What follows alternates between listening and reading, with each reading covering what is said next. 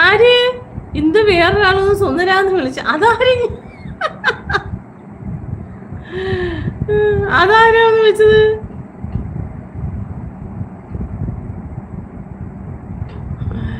വേറൊരു എൻ്റെ ഇക്ക, നിങ്ങൾ ഭാഗ്യവാനാ കേട്ടോ. ഇങ്ങനെയൊക്കെ ഉണ്ടല്ലോ ആരെങ്കിലൊക്കെ വിളിക്കാൻ. നമ്മളെയൊക്കെ ആരെയാ വിളിക്കുന്നേ? വല്യമ്മ, കിളവി എന്നൊക്കെയല്ലേ ഞങ്ങളെ വിളിക്കുന്നത്. നിങ്ങളൊക്കെ സുന്ദരന്മാരല്ലേ?